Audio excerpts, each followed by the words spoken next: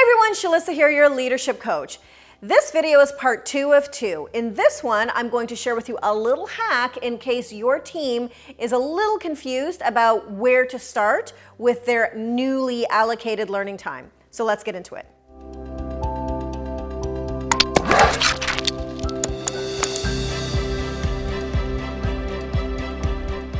Welcome to my YouTube channel, the place where you will find the coaching and training that you need to really level up your leadership game. So this is part 2 of a 2-part video series. If you missed part 1, check it out here. So at this point, your team and yourself have created a policy around finding time in the week to learn. What might happen at this point is that you're going to release them into their week, and they might feel, some of them might feel a little bit of pressure around, oh, what should I learn? Where should I go? Should I be reading books? Should I be looking at articles?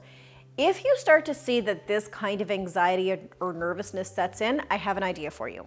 One hack you can use to get your team off on the right foot is to recommend that everyone in the team, those interested in trying this experiment, take one article and take that time during the week, the allocated time, read through the article, and then jot down a few notes. When they make their notes, encourage them to write down their observations, the questions they may have coming out of it, some rebuttals. If they disagree with what they're reading in the article, what might those things be, and so on. Once you get to the point during your week where you start to knowledge share, encourage every member to go through their notes one at a time and just start to stimulate conversation among the group. This little hack may seem very simplistic and obvious, but really, if you're able to start with something so unintimidating, it is a really great way to create a habit-forming activity across your team.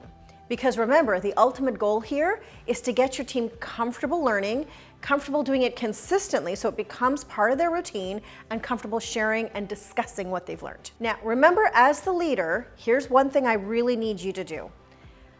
As they're sharing out, especially if it's the same article across the board, let your team members go first. I really want you to speak last.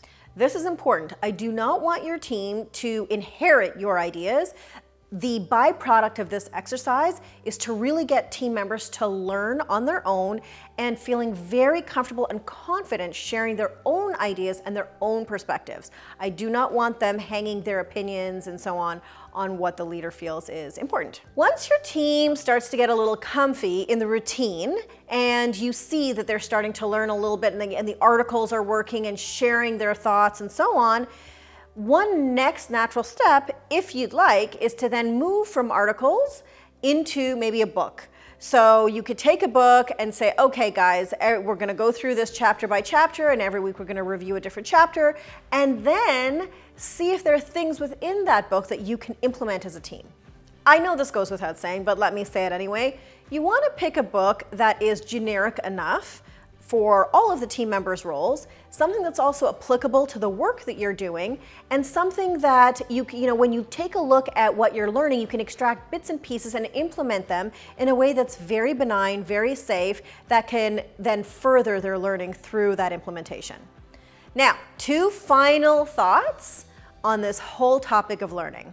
1, if 5%, if as a leader and in your discussions with your team, 5% is very difficult to find, that's a bigger concern. 2 hours in a week should be doable, and if it's not, then there are other things going on. Their WIP, what we call WIP, which stands for work in progress, their work in progress is just too high, and then that will require a whole other conversation. The second thing is that I'd like you to make it very clear to your team that this is something that they own. They own their learning, they own the commitment to learning, and the commitment to sharing their learning with each other. This is not something as a leader that you will police. This is something as a leader you will try to help get them in the habit of doing.